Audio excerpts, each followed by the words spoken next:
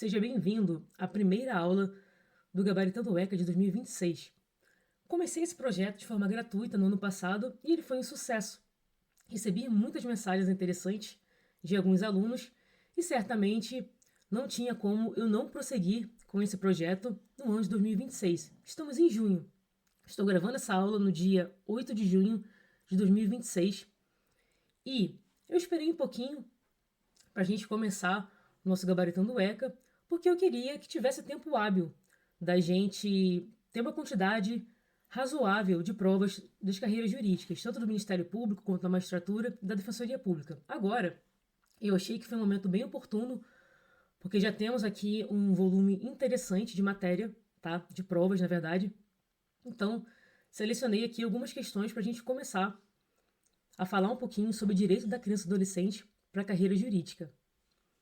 Não poderia iniciar essa aula sem falar para vocês que eu fiz um e-book sobre a jurisprudência do direito da criança e do adolescente. A minha ideia foi compilar os principais pontos dessa matéria, reunindo aqui informativos, súmulas, jurisprudência em tese, temas repetitivos, beleza? E é importante falar que não é apenas o compilado, tá? Em relação aos informativos do STJ, do STF, eu fiz alguns comentários para poder facilitar o aprendizado de vocês, beleza? Se você estuda para carreira jurídica, que eu acredito que seja seu caso, já que você está aqui assistindo essa aula, é imprescindível que vocês deem uma oportunidade a esse material que foi feito com muito carinho e de forma gratuita, beleza? O QR Code está aqui para vocês, é só apontar o celular e baixar.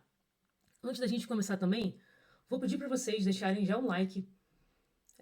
Não quero ser a pessoa que fica aqui pedindo like, comentário e tudo mais, mas a gente sabe que isso gera engajamento e faz com que esse material, com que essa aula chegue a outras pessoas, tá? Então, por favor, me ajudem nesse quesito e já deixem um like logo no início da aula, porque lá no finalzinho a gente termina esquecendo, beleza? Então a gente já garante logo para não esquecer. Bora então, pessoal, para as nossas questões. Aqui eu selecionei, deixa eu tirar aqui para não ficar na frente de vocês, eu selecionei uma questão da magistratura, tá? Cobrada pela banca FGV, já que a FGV é a campeã das bancas da magistratura, foi cobrada no TJ Goiás no ano de 2026. Vamos ver aqui o que nós temos. A Defensoria Pública ajuizou ação de obrigação de fazer com pedido de tutela de urgência em face do Estado, objetivando a matrícula em unidade escolar de determinada criança. O pedido foi julgado procedente pelo Juízo da Infância e da Juventude, que confirmou o liminar e condenou o ente estadual ao pagamento de honorários. A sentença foi publicada no Diário de Justiça Eletrônico com intimação pessoal das partes. Com base no Estatuto da Criança e do Adolescente e na jurisprudência dos tribunais superiores, é correto afirmar que: primeira alternativa, o cumprimento de sentença relativo à condenação em honorários sucumbenciais deverá ser distribuído a uma das varas da Fazenda Pública por se tratar de verba de natureza patrimonial autônoma, não abrangida pela competência especializada do Juízo da Infância e da Juventude. Pessoal, temos aqui que essa questão está errada, tá? Errada. É até um pouco intuitivo quando a gente pensa no processo civil que o juízo que julgou o processo de conhecimento, ele tem competência para executar os seus julgados, certo? E nisso a gente inclui aí os honorários sucumbenciais. Temos aqui, deixa eu só trocar a corzinha da caneta, temos aqui o artigo 148 do ECA, que é um artigo geral sobre competência da Justiça Especializada. E logo em seguida, a gente tem o artigo 152 do mesmo diploma do ECA, que fala que vai ter uma aplicação subsidiária da legislação processual. A legislação processual a gente pensa no quê? No CPC, certo? Então, a gente tem ali uma disposição específica em relação ao estatuto, mas se o estatuto for silente, a gente vai aplicar o CPC. E, indo lá no CPC, o que a gente tem? A gente tem o artigo 516, inciso 2, tá, pessoal? Que fala o quê? De cumprimento de sentença se processa perante o juízo que decidiu a causa no primeiro grau de jurisdição. Tranquilo. Aqui eu estou explicando para vocês, com os dispositivos legais, aquilo que a gente pensou logo no início que leu a questão. Se o juízo da infância ele foi competente para poder julgar o processo de conhecimento, certamente ele também é competente para poder executar os seus julgados, incluindo honorários advocatícios. Beleza? Vamos aqui para a segunda assertiva. O recurso de apelação deverá ser interposto no prazo de 10 dias, contados de forma corrida, aplicando-se o sistema recursal próprio do ECA. Artigo 198, inciso 2. Em detrimento do Código de Processo Civil, dada a competência absoluta e a especialidade da matéria protetiva da infância e juventude, independentemente da natureza da ação.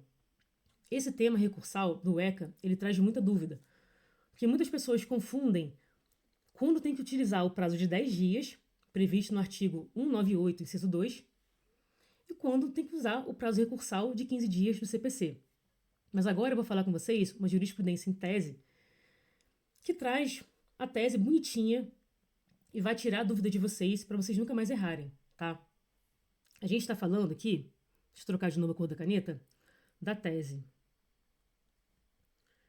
Na verdade, não é nem a tese, né? Aqui é o número da jurisprudência em tese. 250,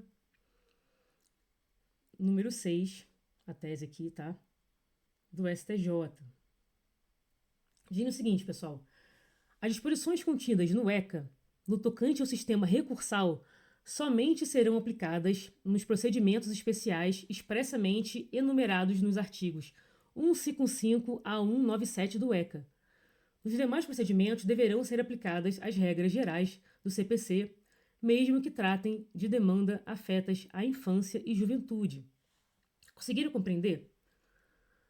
Se a gente estiver falando dos procedimentos especiais do artigo 155 a 197, a gente vai aplicar o prazo de 10 dias, tá? Se a gente estiver tratando dos artigos 155 e 197 do ECA. Por exemplo, se estivermos tratando de infração administrativa, um processo de infração administrativa, o prazo recursal vai ser de 10 dias. Por quê? Porque a infração administrativa é tratada nesses artigos, então a gente vai aplicar a regra especial do Estatuto. Agora, se a gente estiver falando de qualquer coisa que não esteja nesses artigos, a gente vai aplicar o prazo de 15 dias do CPC. Aqui no caso concreto dessa questão, a gente tem uma matrícula em unidade escolar. Vejam, matrícula em unidade escolar não está previsto no ECA, nesses artigos que eu mencionei. Então, qual que é a lógica? A gente não vai aplicar o prazo de 10 dias, e sim o prazo de 15 dias. Beleza? Gravem essas hipóteses de 10 dias, porque aí vocês já vão saber, tudo que não for 10 dias vai ser 15. Tá bom? Então aqui temos que a letra B está errada. Que a gente não aplica o prazo de 10 dias, e sim de 15. Vamos ver aqui a letra C. A prerrogativa do prazo em dobro da Defensoria Pública, embora aplicável às ações de obrigação de fazer, pode ser mitigada à luz do princípio da celeridade processual, quando o Ministério Público, devidamente intimado, manifesta desinteresse recursal, hipótese em que os prazos passam a fluir de forma simples. Essa questão aqui está super errada. Beleza? A Defensoria Pública, pessoal, e que bom que o STJ pacificou essa questão, a Defensoria Pública, ela tem prazo em dobro, sim, tá? nas demandas de direito da criança e do adolescente. Era uma discussão que existia. Por quê? Porque o artigo 152, parágrafo 2º do ECA, ele vedava o prazo em dobro para o Ministério Público e para a Fazenda Pública. Em relação à Defensoria Pública, ele não falava nada. Então a gente, principalmente quem lida no dia a dia com a força de juventude, lidava frequentemente com alguns juízes que entendiam que a gente ia aplicar assim o prazo em dobro à Defensoria Pública, e outros juízes falavam assim: não, se o MP e a Fazenda Pública não tem prazo em dobro, a Defensoria Pública também não tem. Mas vejam, essa interpretação ela não tem um respaldo, certo? Principalmente porque foi um silêncio proposital do legislador, tá? Essa prerrogativa não vai violar a isonomia. Pelo contrário, ela vai garantir igualdade material, que a Defensoria Pública não tem a mesma estrutura institucional que tem a Fazenda Pública e o Ministério Público. Então, ela precisa desse prazo em dobro para poder exercer as suas funções. E olha que interessante, a Defensoria Pública também está sujeito ao princípio da indeclinabilidade. Já ouviram falar nesse princípio? Basicamente, em algumas situações, ela não pode recusar atendimento, como acontece no caso de ato infracional, que o adolescente precisa ter defesa. Se ele não constitui advogado, o processo vai para a Defensoria Pública, assim como acontece no processo criminal. Então, a Defensoria Pública ela precisa desse prazo em dobro para ter paridade de armas em relação ao Ministério Público. Por isso que essa questão está errada. E mesmo que você não soubesse se a Defensoria Pública tem prazo em dobro ou não, é um pouquinho estranho a questão falar que em alguns casos vai ser possível mitigar a prerrogativa à luz do princípio da celeridade processual, quando o Ministério Público manifestar desinteresse recursal. É um pouco estranho. Se a gente for pensar numa operabilidade, não tem muita lógica, certo? Então, essa questão aqui está errada. Daí, pela intuição, para você eliminar, mesmo que você não soubesse que o STJ pacificou essa questão do prazo em dobro para a Defensoria Pública. Deixa eu colocar para vocês o julgado,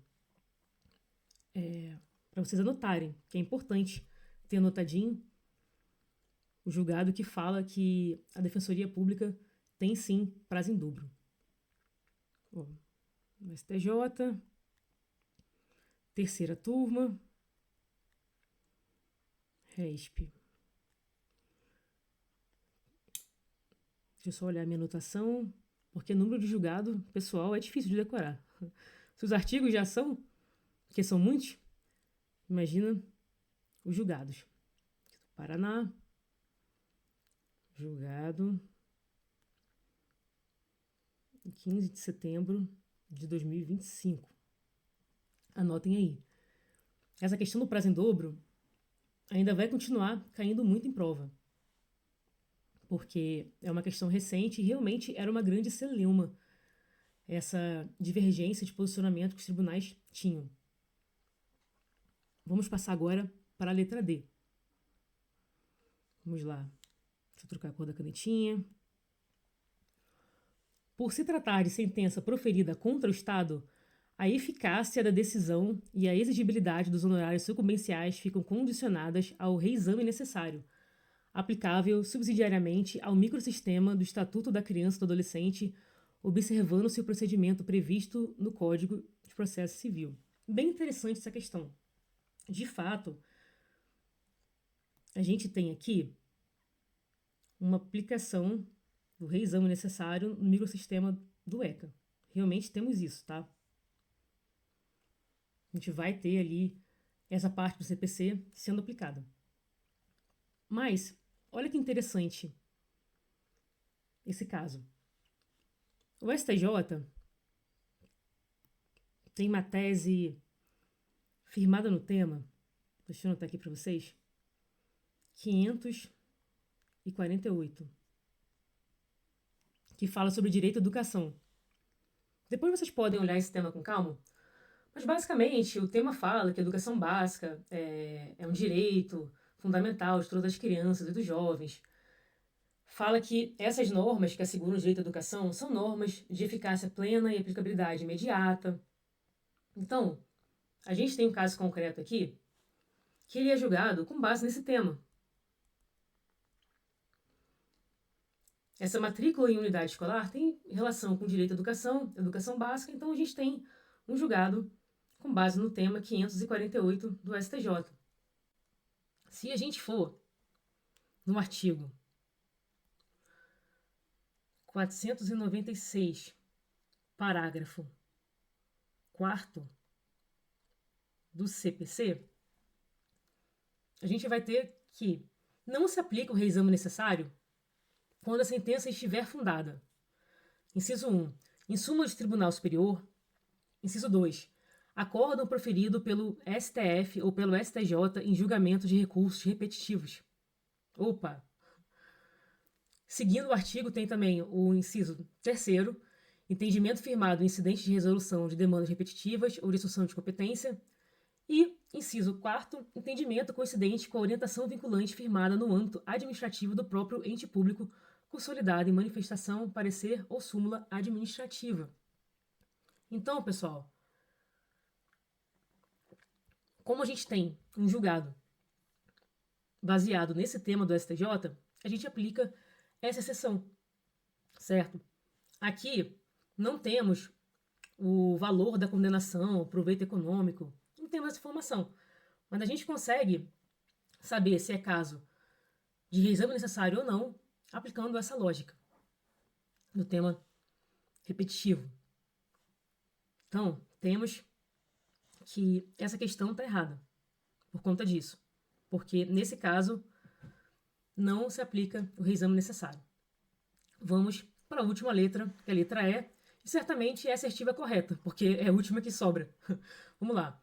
O prazo para interposição de recurso de apelação seguirá a sistemática do CPC. Opa, falamos isso mesmo. 15 dias, contados em dias úteis, certamente em dias úteis.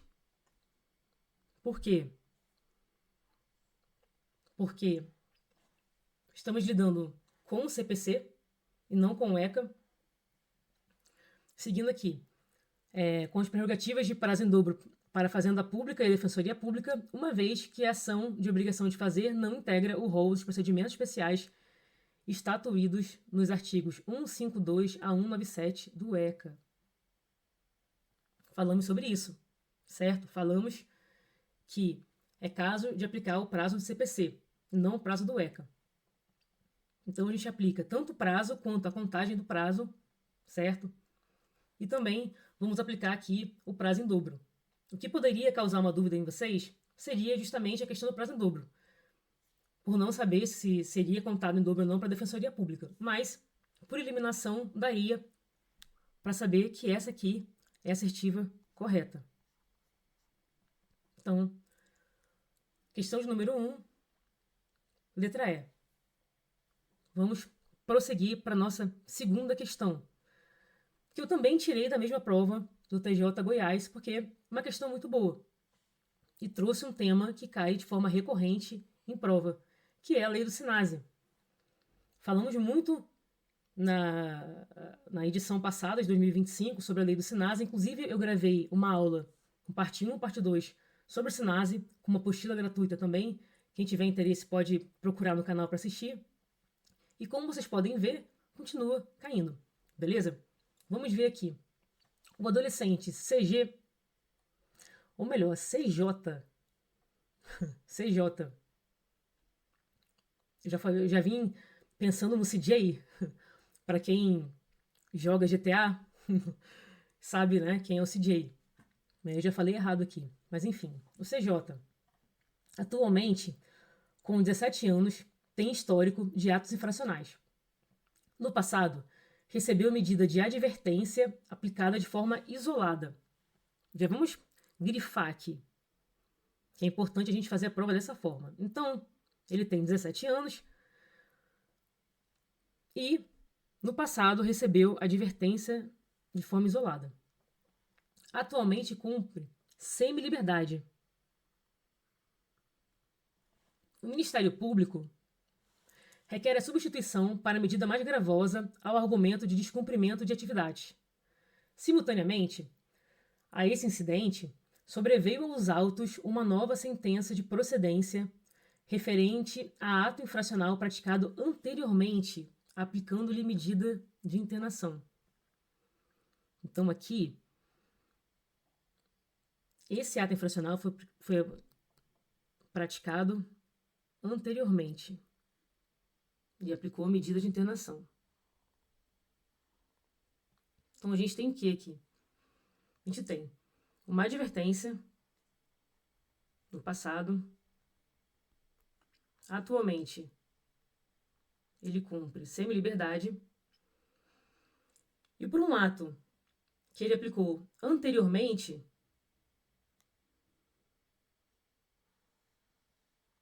veio uma sentença de procedência de internação. Essa é a nossa linha do tempo. Diante desse cenário, e considerando as disposições da lei do SINASE, é correto afirmar que, em se tratando de nova sentença de procedência por ato infracional anterior ao início da execução, a unificação das medidas não permite o reinício da contagem do prazo máximo de 3 anos, sendo imperativo o cômputo do período já cumprido por CJ. Antes de falar sobre essa questão, eu quero comentar uma curiosidade com vocês. Não sei se vocês sabem, mas quando a gente fala de ato infracional, a gente não absolve ou condena o adolescente. A gente julga procedente ou improcedente a representação.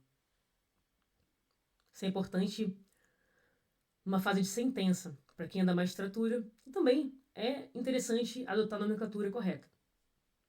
Vamos falar aqui agora, passar essa curiosidade, que muitas pessoas não sabem, vamos passar aqui a nossa questão. Essa questão, ela está corretíssima. Letra A está corretíssima. Por quê? Porque a regra é a seguinte: se no curso da execução sobrevier uma sentença de internação ou de qualquer outro ato infracional praticado antes da execução que está em curso, deve ter a unificação das medidas, sem reinício da contagem do prazo. Conseguem perceber? Se o ato foi praticado anteriormente à execução atual, não vai ter o reinício da contagem do prazo. Aquele prazo, aquele prazo ali de cumprimento, ele vai ser considerado no prazo máximo, tá? Então, o magistrado, ele não pode desconsiderar aquele prazo que já foi cumprido. Ele tem que respeitar o prazo máximo de 3 anos. Então, aqui, se ele está cumprindo semi-liberdade, vamos supor, há 2 anos, e vem uma sentença de internação, ele pode cumprir a internação mais 1 ano, que o magistrado tem que respeitar o prazo máximo de 3. Conseguiram entender? E por quê? Por que é assim? Porque a gente entende que aquele jovem, aquele adolescente, ele já está inserido no processo socioeducativo. Não tem razão de ser você, depois que ele começou a cumprir devidamente a medida, colocar uma medida mais gravosa para ele e começar a contar o prazo do zero. Se assim fosse, a gente estaria falando que a medida socioeducativa tem uma finalidade unicamente repressiva, de punição. E não é o caso, já que tem uma finalidade também pedagógica. Então, a regra existe dessa forma por essa razão. Conseguiram compreender? Praticou aqui, antes do curso da execução, e a sentença veio no curso dessa execução atual, a gente tem que considerar o prazo máximo de 3 anos. Agora, seria diferente se ele estivesse cumprindo aqui a semi-liberdade 2 anos. No primeiro ano, ele pratica um ato infracional. durante o cumprimento da medida. Ele pratica aqui o ato infracional. Aqui com 2 anos, vem a sentença de internação. Nesse caso é diferente. Se o jovem praticou o ato infracional durante o curso da execução atual, quando chegar essa sentença, vai ter o reinício do prazo, tá? Então a gente começa a contar 3 anos do zero. Por quê? Porque se fosse diferente, a gente estaria premiando um adolescente que cumpre ato infracional no curso da medida. Imagina, se ele pratica aqui, no primeiro ano dele, de semi-liberdade, ele pratica um ato infracional, com 2 anos chega a sentença. Daí ele só poderia cumprir mais 1 ano? Ele estaria sendo premiado. Ele poderia praticar quantos atos infracionais fossem que ele saberia que com 3 anos ele ia sair. Aí não. Tá? Aí não. Então a gente, nesse caso, que é praticado durante a execução, a gente vai ter o reinício, sim, do prazo de 3 anos. Então ele cumpriu 2 anos aqui, a partir do momento que chega aqui a sentença, beleza. Ele pode cumprir mais 3. Entenderam? Ele vai cumprir necessariamente 3 anos? Não sabemos. Vai depender do processo socioeducativo dele, do comportamento, se ele assimilou as metas do PIA ou não. Mas ele pode cumprir até 3 anos. Detalhe, não podemos esquecer que aos 21 a liberação é compulsória. Então, 3 anos, se houver tempo, até ele completar os 21. Joia? Temos aqui a nossa questão correta. Vamos ver o porquê que as outras estão equivocadas. Vamos lá. Antes da gente passar para a letra B, eu observei aqui que eu não anotei para vocês os artigos que falam tudo isso que a gente comentou aqui. Então, o artigo 45, o caput e o parágrafo 1º e 2º da lei do SINASE. É importante vocês acompanharem com o código. Para quem não tiver com o código aberto ou no site do Planalto ou fisicamente. Eu acho muito interessante o estudo com vade-mecum mesmo, porque ajuda demais a gente no estudo de segunda fase. Quando chega na segunda fase, se você não tem familiaridade com o vade-mecum, você vai sofrer um pouquinho, já que na segunda fase tudo tem que ser fundamentado. Então, quanto antes você puder conhecer bem o seu vade-mecum, o seu código, melhor vai ser para você na hora que você avançar para a segunda fase, porque você já vai ter uma noção ali e não vai demorar tanto tempo para conseguir localizar os dispositivos legais. Vamos prosseguir aqui. Letra B. A elaboração do PIA, o Plano Individual de Atendimento, constitui requisito legal indispensável. Sempre que o examinador coloca uma palavra assim, a gente tem que grifar. Requisito legal indispensável tanto para a execução da atual medida de semi-liberdade, quanto para a validade do cumprimento da medida de advertência aplicada anteriormente à CJ. Então está dizendo aqui que tem que ter PIA para semi-liberdade, tem que ter PIA para advertência. Está errado. Por quê? Porque para semi-liberdade, sim, precisamos do PIA. Porém, não precisamos de PIA para advertência, porque a advertência ela é executada nos próprios autos. Basicamente, o PIA, vou botar aqui embaixo, o PIA, ele é obrigatório.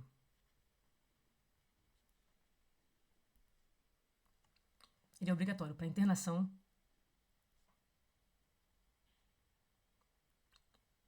para semi-liberdade,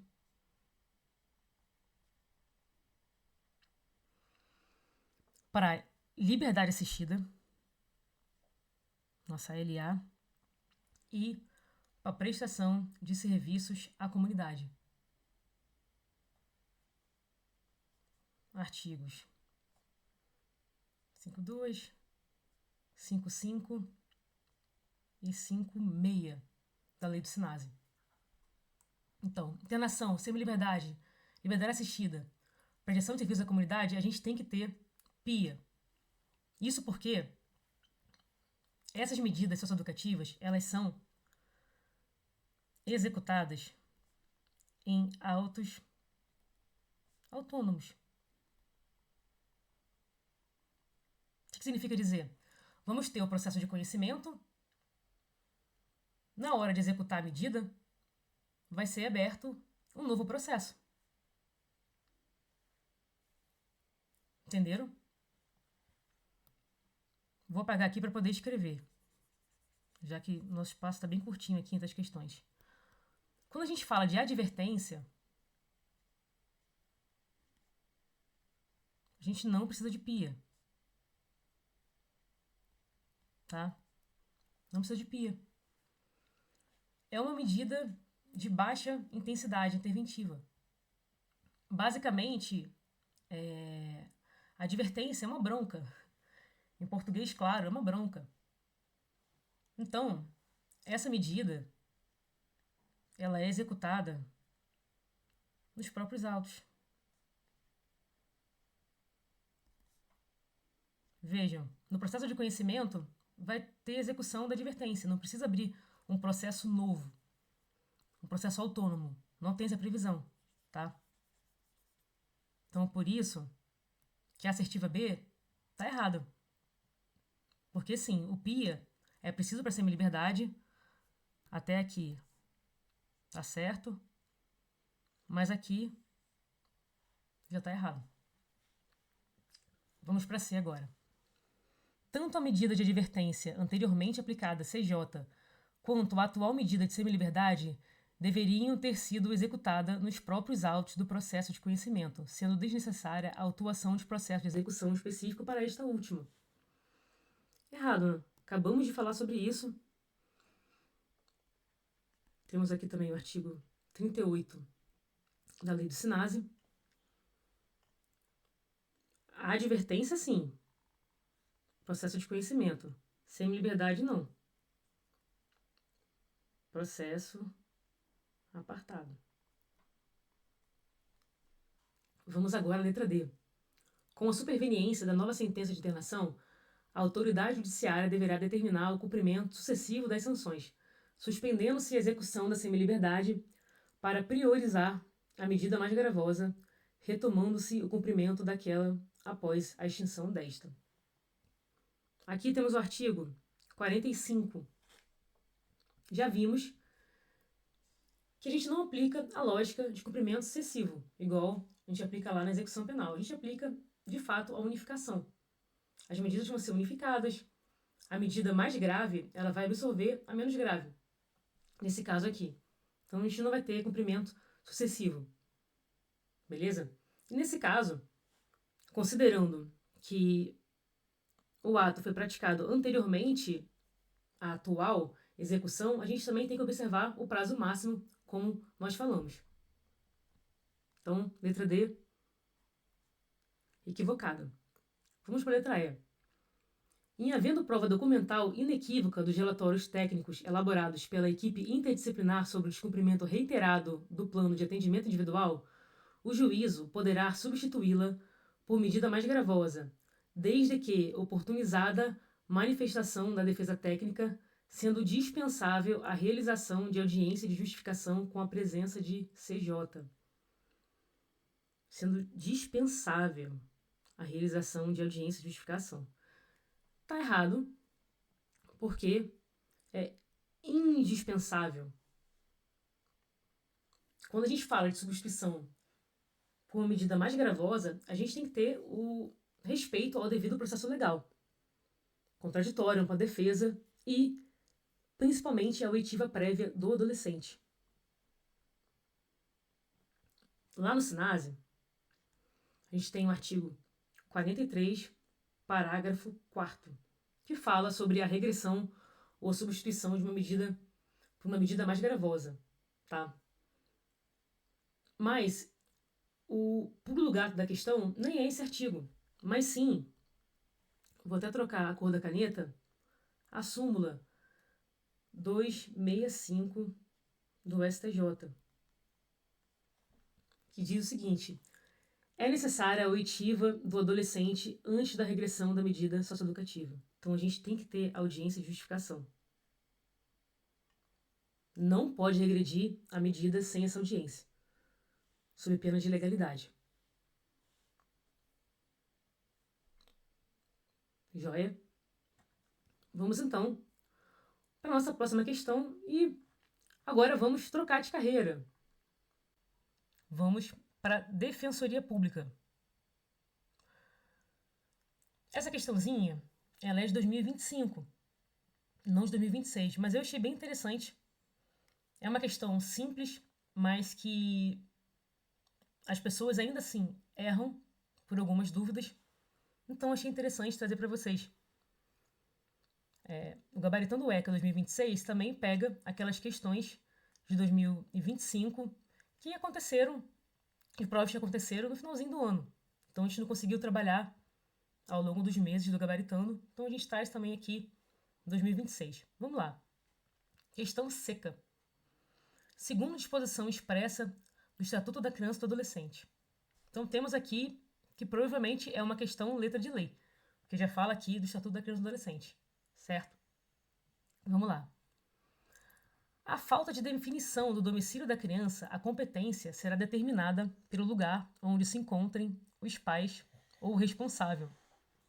Aqui, a gente tem o artigo 147, inciso 1 e 2 do ECA. Como regra, a competência é fixada pelo domicílio dos pais ou do responsável. Na ausência dos pais ou responsável, a gente aplica o local onde se encontra a criança ou adolescente. E não pelo local onde se encontram os pais. Compreenderam? A questão fez uma pequena troca aqui, e uma troca que faz a gente escorregar, que a gente confunde. Então, gravem. Gravem. Competência fixada pelo local do domicílio dos pais ou do responsável. Se não tiver pai ou responsável, aí sim a gente vai aplicar o local onde a criança se encontra, a criança ou adolescente. Vamos supor aqui. Estamos lidando com um caso de acolhimento institucional. A criança e o adolescente não está, certamente, com os pais, sim no acolhimento institucional. Então, qual regra de competência a gente vai aplicar aqui? O local onde a criança se encontra. Então, vai ser fixado pelo juízo da comarca de onde estiver aquele acolhimento institucional, que é onde a criança se encontra. Beleza? Conseguiram compreender? Parece muito simples isso aqui, mas as pessoas confundem. Confundem muito. Temos aqui, então, que a A está incorreta. Vamos ver a B. Os casos de ato infracional, será competente a autoridade do lugar da ação ou omissão observada as regras de conexão, continência e prevenção. Gol, pessoal. É isso mesmo. Aqui a gente tem o artigo 147, parágrafo 1º do ECA. Diz exatamente isso. É o lugar da ação, a competência no caso de ato infracional. Às vezes as pessoas confundem porque aplicam a lógica do processo penal e terminam escorregando. Não importa aqui o local do resultado, e sim o lugar da ação. Joia? Vamos ver porque as demais estão incorretas. A execução das medidas deverá ser delegada à autoridade competente da residência da criança ou do adolescente. Deverá, olha que maldade. O erro está aqui. Está aqui que o artigo 147, parágrafo 2º do ECA, fala que a execução poderá. Não é uma obrigação. Maldade do examinador. Ele troca uma palavra. Perceba que o examinador aqui está trabalhando com o artigo 147. Ele trabalhou nos incisos, foi para o parágrafo 1º, foi para o parágrafo 2º. Vamos continuar aqui. Letra D. Nos casos de criança ou adolescente vítima de violência, a competência será determinada pelo critério do juízo imediato. Essa questão deixou algumas pessoas em dúvida. Mas o que acontece? Quando a gente fala de competência do ECA, a gente está falando do artigo 147. E o artigo 147 não fala da competência do juízo imediato para julgar certos casos. É por isso que a gente entende que essa alternativa aqui está incorreta. A gente tem que aplicar o 147. Não estando lá, está incorreto. Aqui, o examinador tentou utilizar uma júris que fala dos casos de violência doméstica e familiar em relação à fixação de medidas protetivas. Não sei se vocês conhecem essa jurisprudência, mas basicamente o examinador tentou fazer isso. Pegar aquela lógica do juízo imediato em relação à fixação de MPU e trazer aqui para a nossa matéria. Então, essa aqui trouxe dúvida por conta desse julgado. Tá bem? De qualquer forma, tá errada. Vamos ver agora por que a última assertiva está incorreta. A competência fixada pelo registro ou distribuição do pedido inicial permanecerá a mesma até a prolação da decisão. Também está incorreto aqui. Correto por quê, pessoal? Porque o STJ ele tem um entendimento bem consolidado de que a gente vai admitir a modificação da competência ao longo do processo, em razão do princípio do melhor interesse. Tá? Então, aquela regra do perpetuatio jurisdictionis, a gente não aplica de forma estática aqui na nossa matéria. Beleza? Então, a gente pode sim mitigar essa regra em razão do princípio do melhor interesse. É muito comum a gente ver esse tipo de mitigação em ação de alimentos. Para quem atua no juízo da família, provavelmente já viu que a gente aplica essa regrinha de mitigação quando um infante ou adolescente troca de domicílio ao longo do processo. Realmente é uma regra que a gente não vê no processo civil comum. Se a pessoa mudar de endereço ao longo do processo, vai permanecer ali, vai realmente perpetuar a jurisdição. Mas aqui a gente tem um pensamento um pouco diferente. Joia? Vamos passar agora para a próxima questão. Vamos lá. Trouxe aqui uma questãozinha do TJ Bahia. Prova muito recente mesmo. E, salvo o melhor juízo, foi em maio. E essa prova trouxe 2 questões de depoimento especial. Tratamos também de depoimento especial no Gabaritando ECA 2025. E é uma questão, é um tema que o examinador adora. Tanto é que caiu de novo no TJ Bahia e caiu 2 vezes. 2 vezes. De tanto que o examinador gosta dessa temática. Vamos lá. O diretor de uma escola municipal aciona o conselho tutelar após uma criança de 8 anos de idade. Vamos marcar aqui a idade. Deixa eu trocar a canetinha. 8 anos de idade. Realizar uma revelação espontânea em sala de aula, relatando abusos sexuais praticados por seu pai, com ciência e omissão de sua mãe. Uma conselheira tutelar comparece à unidade escolar e, visando acolher elementos para avaliação da situação, realiza a oitiva da criança, lavrando o termo detalhado que descreve a dinâmica dos atos libidinosos praticados contra a criança. Diante da gravidade dos fatos e da ausência de família extensa conhecida, o Conselho Tutelar leva a menina para o acolhimento institucional, comunicando o fato imediatamente ao Ministério Público e ao Juízo da Infância e da Juventude. Considerando o sistema de garantias da criança e do adolescente vítimas de violência, é correto afirmar que temos um caso muito clássico, que infelizmente acontece com frequência. Revelação espontânea na escola de abusos sexuais. Vamos lá. Letra A. O depoimento especial deverá obrigatoriamente seguir o rito da produção antecipada de prova em razão da idade da vítima. Pessoal, esse rito cautelar de produção antecipada de provas, ele acontece em 2 casos. O primeiro caso é de vítima com menos de 7 anos e o outro caso é de violência sexual. Gravem.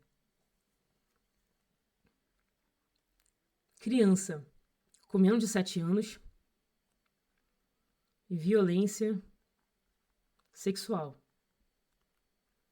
Então, quando a gente fala de uma criança com menos de 7 anos, a gente pode estar falando de qualquer crime. Qualquer tipo de violência ali. E quando a gente fala de vítima de violência sexual, a gente pode estar falando de qualquer idade. De criança e adolescente. Certo? Aqui, a questão fala que o depoimento especial tem que seguir esse rito por conta da idade da vítima. E aí talvez da questão. Por quê? Se a gente for usar o critério da idade, a gente tem que essa vítima é maior de... não maior, mas ela tem 8 anos de idade. Ou seja, ela é maior de 7 anos. Então a gente não aplica aqui o critério etário. A gente aplica aqui o critério da violência sexual. Então vai ter sim que seguir esse rito antecipado, mas por conta da violência sexual e não por conta da idade. Aqui foi a maldade da questão. Vamos para a letra B agora. A escuta especializada realizada pelos órgãos da rede de proteção possui finalidade exclusivamente protetiva. E por esse motivo, veda-se mais de uma interação com a criança. Olha, até aqui tá certo. Até aqui tá certo. A questão não confundiu o depoimento especial com escuta especializada, já que falou que a escuta vai ser feita por órgãos da rede de proteção e tem uma finalidade realmente protetiva e não de produção de provas. Mas a questão erra quando fala que veda-se mais de uma interação com a criança. Por quê? Porque isso aqui, a gente fala do depoimento especial. Tem essa previsão para o depoimento especial. A gente não fala isso para escuta especializada. E aqui está a maldade do examinador. Ele fez uma transposição de uma regra de um instituto para o outro. Vamos ver aqui a letra C, se está certo ou errado. O magistrado poderá usar o relatório da escuta especializada como prova judicial que substitui o depoimento especial, se o documento for fidedigno e suficiente à formação do seu convencimento. Não. E por que isso? Porque a escuta especializada e o depoimento especial têm finalidades distintas. A escuta especializada tem uma finalidade protetiva. Já o depoimento especial tem uma finalidade probatória. Então, a escuta, ela não substitui o depoimento.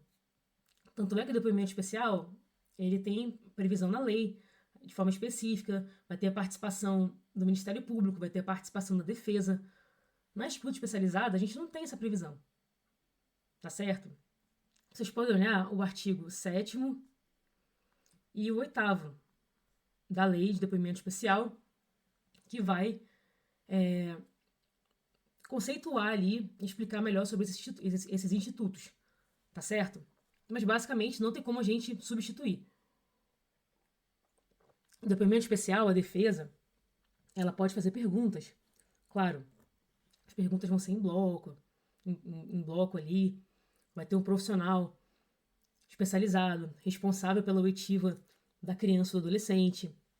Então, é um depoimento especial de uma forma bem diferente do que acontece usualmente na vara criminal, em relação a outros crimes. Mas existe sim uma previsão de ampla defesa contraditória em relação a esse depoimento. Na escuta, não. Então não tem como a gente substituir. Vamos passar aqui para a letra D, que fala o seguinte: O Conselho Tutelar não poderia ter aplicado imediatamente o abrigamento institucional, porquanto essa medida de proteção, em razão de sua gravidade e excepcionalidade, exige prévia ordem judicial escrita. Também está errado. Aqui, quando fala que exige prévia ordem judicial escrita, a gente está lidando com a regra geral.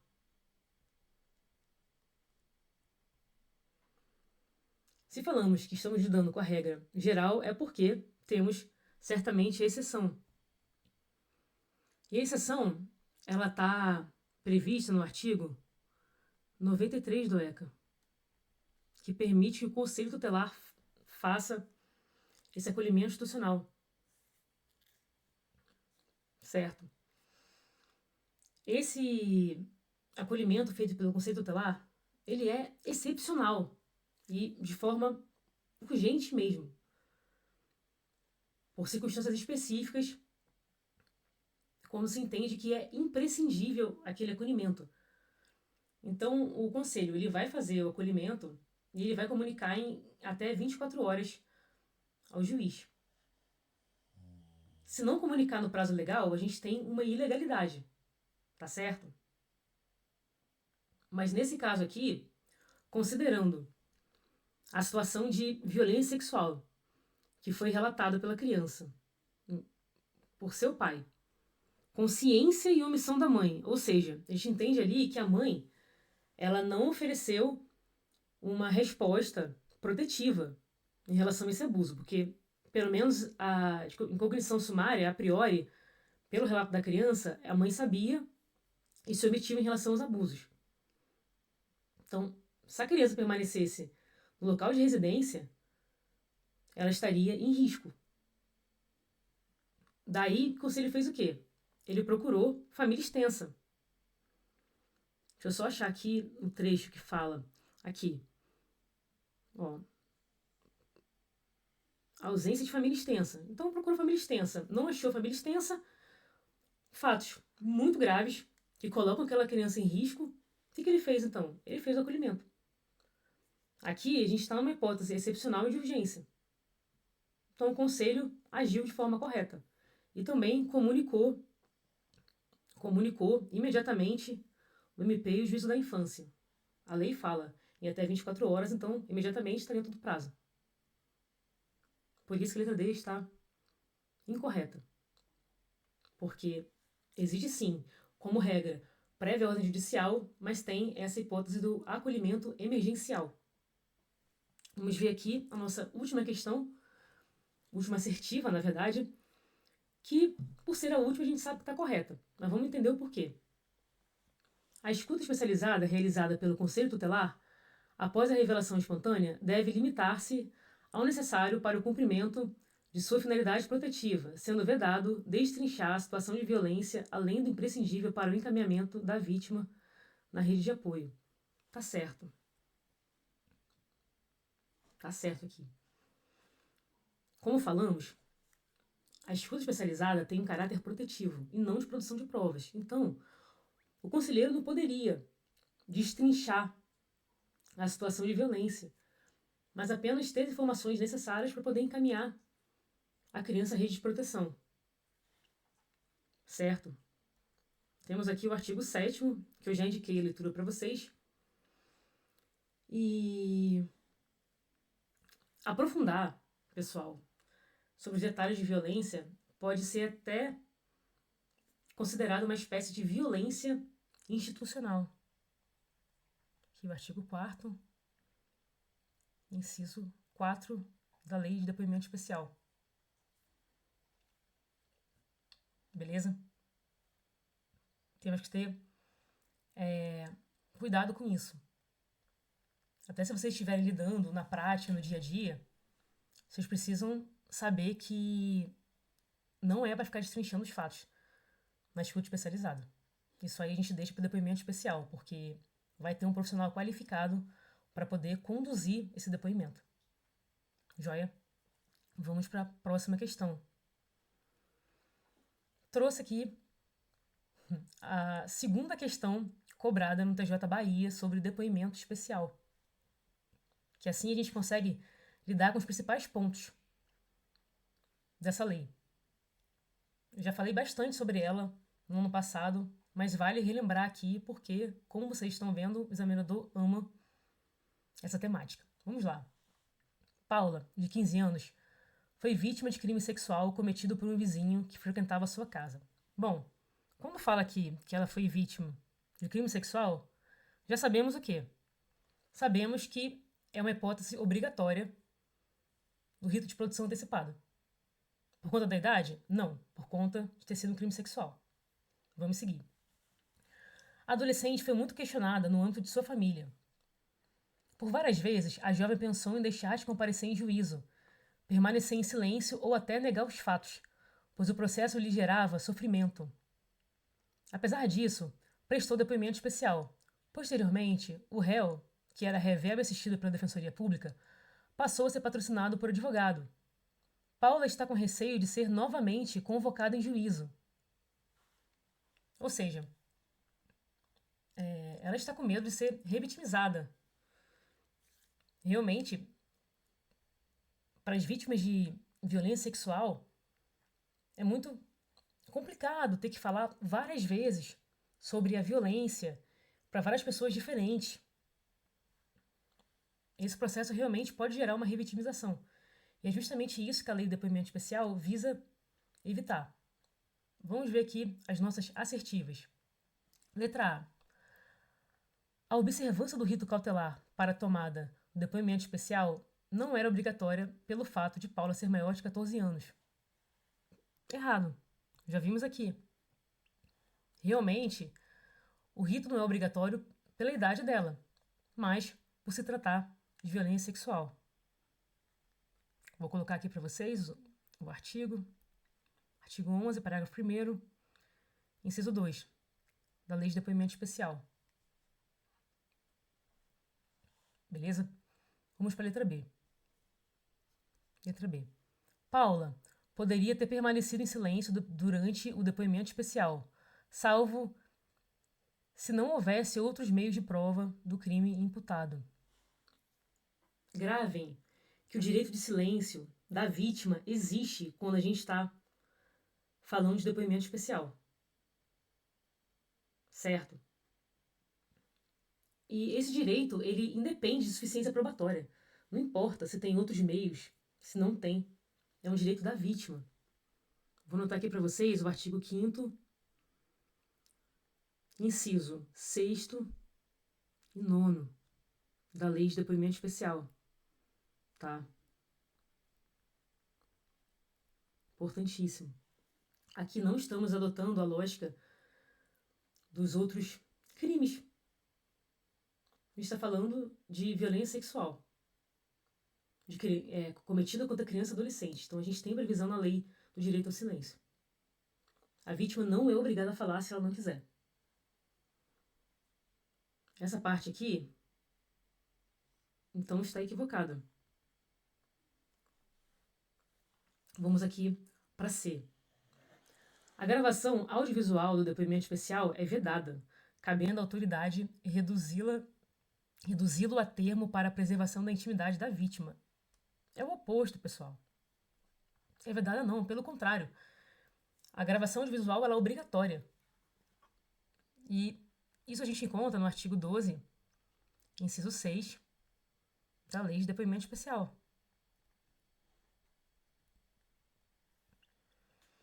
Vedar a gravação seria contrariar a própria lógica do Instituto, que é evitar a repetição da oitiva. Então você deixa gravado ali para nunca mais ter que ouvir aquela pessoa de novo.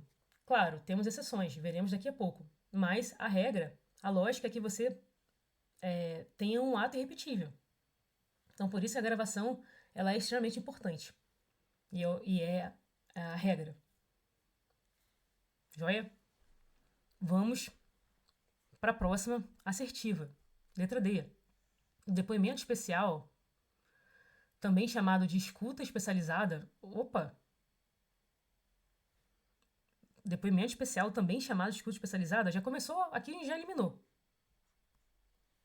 São coisas diferentes. Vimos lá. Artigo 7º e 8º. Mas vamos continuar lendo aqui. É o procedimento de oitiva de criança ou adolescente vítima de violência perante a autoridade ou órgão da rede de proteção. Trocou tudo aqui. Primeiro que fala que depoimento especial, escuta especializada, é a mesma coisa, que a gente sabe que não é. E fala depois que o depoimento especial é oitiva perante a autoridade ou órgãos da rede de proteção. Depoimento especial é oitiva perante o juiz, autoridade judiciária, certo? E autoridade policial. Essa oitiva perante os órgãos de proteção, da rede de proteção, é a escuta especializada.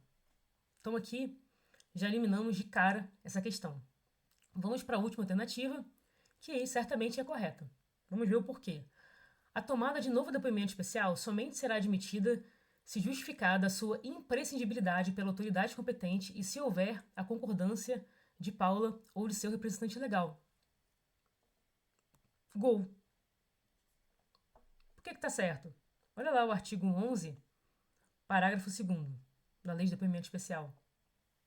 Para a gente ouvir novamente aquela pessoa, ou seja, ter um novo depoimento especial, a gente precisa de 2 requisitos, que são cumulativos. A gente tem que ter a imprescindibilidade daquela oitiva.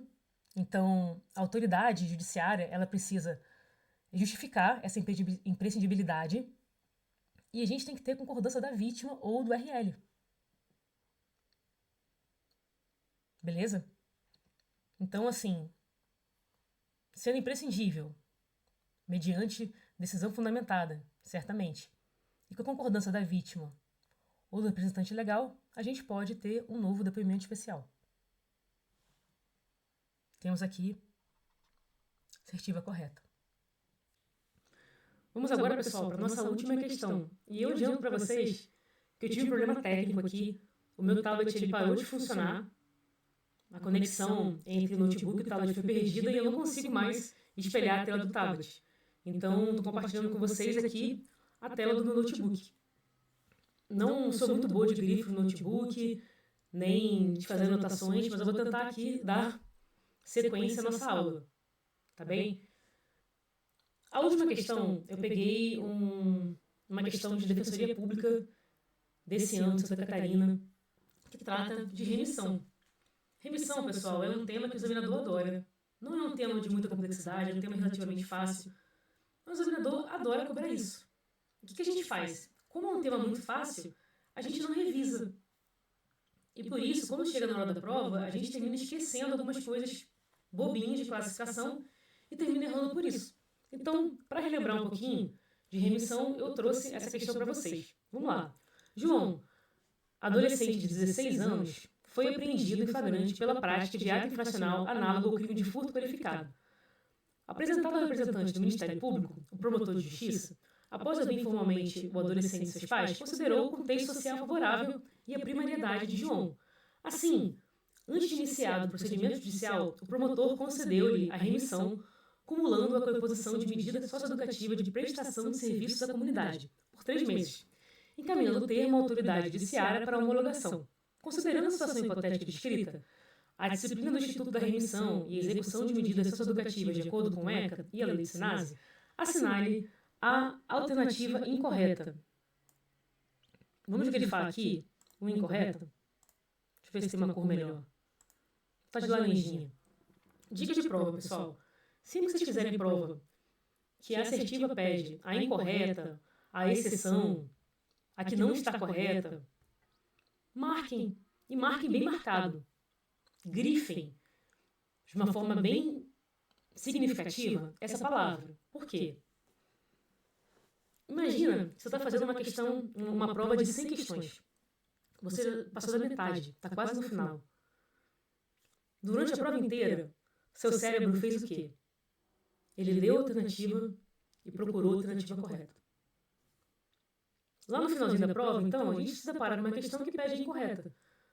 Gente, o cérebro, ele vai fazer o que ele fez a prova inteira. Ele está condicionado a ler o enunciado e procurar a alternativa correta. Então, você vai ler, vai olhar a letra A. Se a letra A não for o gabarito, ou seja, se ela não estiver correta, você já vai marcar a letra A. porque ela está correta. Lá no finalzinho da prova, se ele está com tempo curto, se ele quer acabar a prova logo, para poder passar logo as questões para o espelho, que é acabar logo com essa ansiedade, você vai olhar aí, a A está correta, vai fazer uma leitura muito dinâmica das outras, ou não vai nem ler, e pronto. Vai achar que você acertou a questão e você errou. E errou. Uma questão provavelmente fácil. Mas errou porque não se atentou que a questão queria uma coisa diferente de você. E essas questões, elas estão lá pro final por uma razão, o examinador sabe disso. Ele sabe que você está cansado, que seu cérebro está condicionado a procurar a alternativa certa. Então não escorreguem por conta disso. Marquem, tá? Vamos lá aqui ver nossas assertivas. A letra A. A atuação do promotor de justiça encontra respaldo legal, visto que a remissão concedida antes de iniciado o procedimento importa na exclusão do processo. Além disso, a aplicação da medida de prestação de serviços à comunidade nesse contexto dispensa a comprovação de provas suficientes da autoria e da materialidade. Bom, vamos ver aqui se eu consigo anotar